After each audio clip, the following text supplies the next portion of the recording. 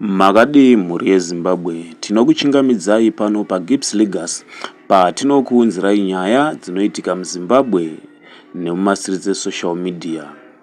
Kana uri munyowani pachannel ino, kusubscribe utena notification bell patichauploada video usapotswa nezvinyowani.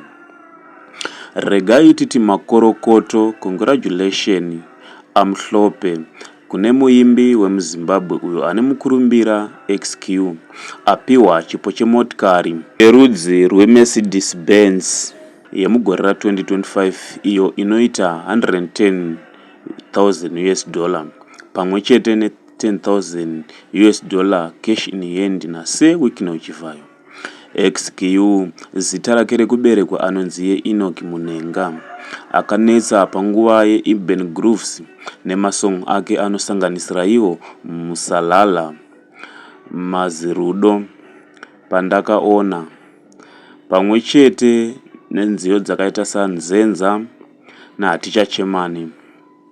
Vakawanda vanovapa kutenda zvikuru kwazvo nechipo ichi kuna XQ, vakati aiwa anokodzera kunge achisangana nechipo ichi sezvo XQ akabata basa guru munhau dzemimhanzi. Mhuri yeZimbabwe, sarai muchiona video XQ achikolekta motikari yake kubva kuna Sewikino Uchivayo. Tosangana mune mamwe manews update zvakare.